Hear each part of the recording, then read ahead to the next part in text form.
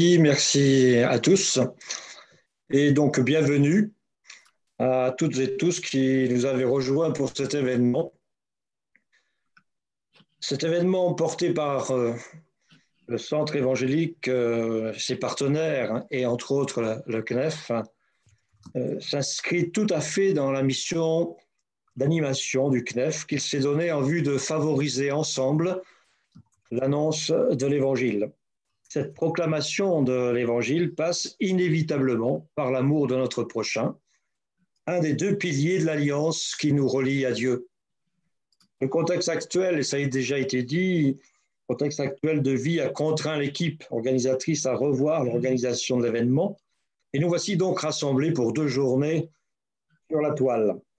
Si l'année passée, la thématique du centre évangélique visait l'utilisation des nouvelles technologies, je suis persuadé qu'en écoutant les orateurs, nous n'imaginions pas à cette époque un rendez-vous en 2020 par visioconférence ou en distanciel pour utiliser le vocabulaire approprié. Indépendamment des circonstances et des contraintes liées à la pandémie, il fallait nous rencontrer. Et il fallait nous rencontrer pour plusieurs raisons. Il fallait nous rencontrer pour nous encourager à poursuivre notre marche avec le Seigneur. Depuis quelques semaines maintenant, depuis la rentrée, dirais-je plus précisément, mes pensées sont constamment préoccupées par un ordre que Dieu a donné au prophète Moïse lorsque, quelques jours après avoir quitté l'Égypte, le peuple d'Israël s'est retrouvé pris en tenaille et devant une barrière infranchissable, la mer. Piégé malgré elle, entre la mer et les armées de Pharaon, les tribus d'Israël étaient dans la pire des situations sur un plan stratégique. On peut imaginer facilement la frayeur et l'épouvante qui régnaient dans les rangs. Et si les nouvelles technologies avaient existé à cette époque-là, j'imagine que les réseaux sociaux auraient été saturés de critiques et de menaces contre Moïse. Et pourtant, c'est dans de telles circonstances que Dieu s'est adressé à son peuple, ou plutôt à Moïse, et lui a fait cette réponse, étonnante d'ailleurs. Pourquoi m'appelles-tu à l'aide? Qu'il marche.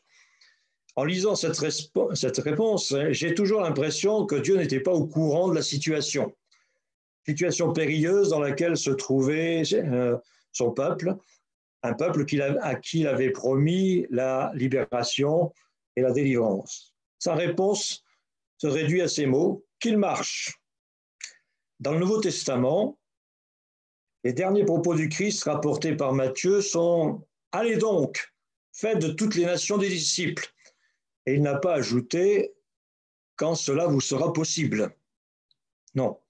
La mission de Dieu à laquelle nous avons été associés par sa grâce généreuse nous appelle tous les jours à poursuivre notre témoignage auprès de nos contemporains, quelles que soient les circonstances, et, dirais-je, bien plus lorsque celles-ci sont défavorables. Certes, le contexte aujourd'hui présente un certain nombre de contraintes auxquelles il a fallu et il faut se soumettre, mais la mission n'en demeure pas moins d'actualité pour autant, et elle l'est d'autant plus que nous voyons s'approcher la nuit où personne ne pourra plus travailler. Pour reprendre les paroles de Jésus-Christ, il nous faut faire les œuvres du Père tant qu'il fait encore jour. Le centre évangélique est une belle occasion pour faire connaître ses œuvres. Il fallait nous rencontrer aussi pour parler de l'amour du prochain. La situation morale de nos contemporains appelle notre attention et surtout notre compassion, plus que jamais d'ailleurs.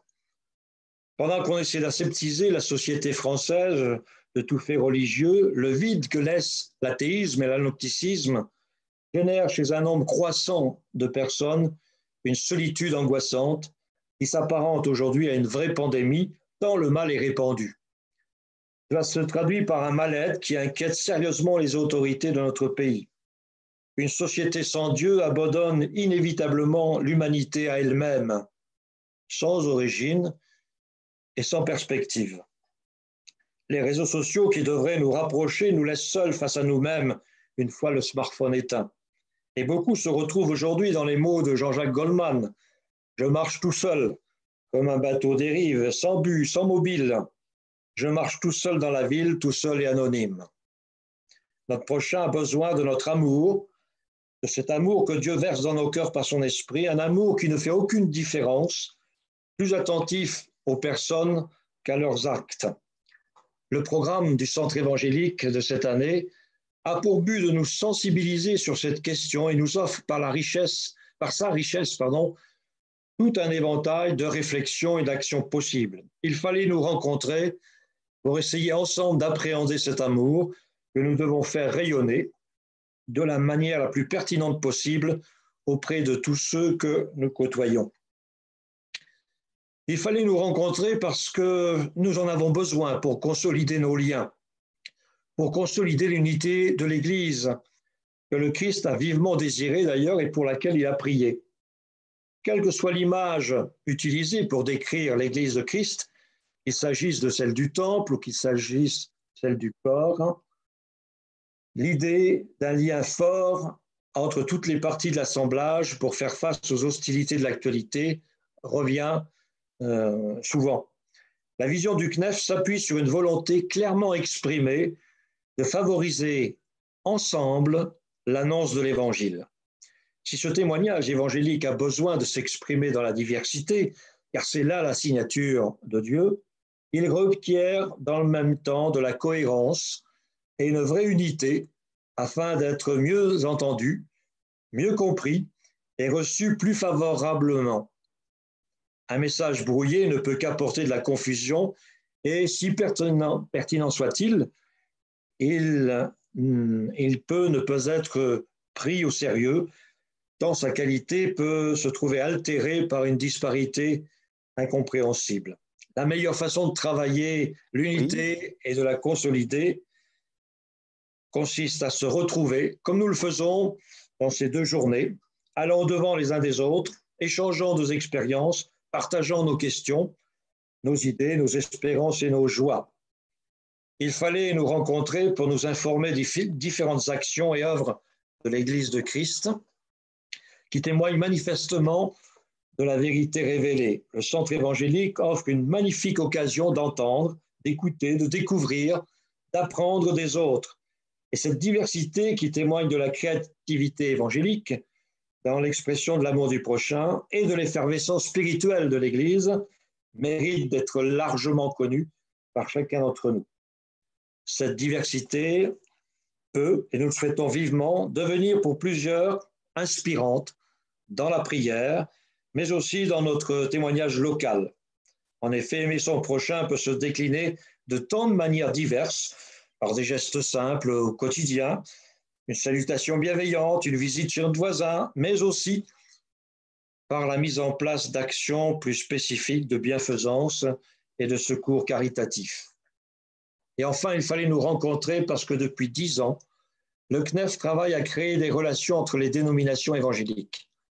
Les distances imposées entre individus, le confinement, le télétravail à la maison, l'isolement dans lequel nous installe la pandémie fait apparaître avec force la dimension sociale de l'être humain.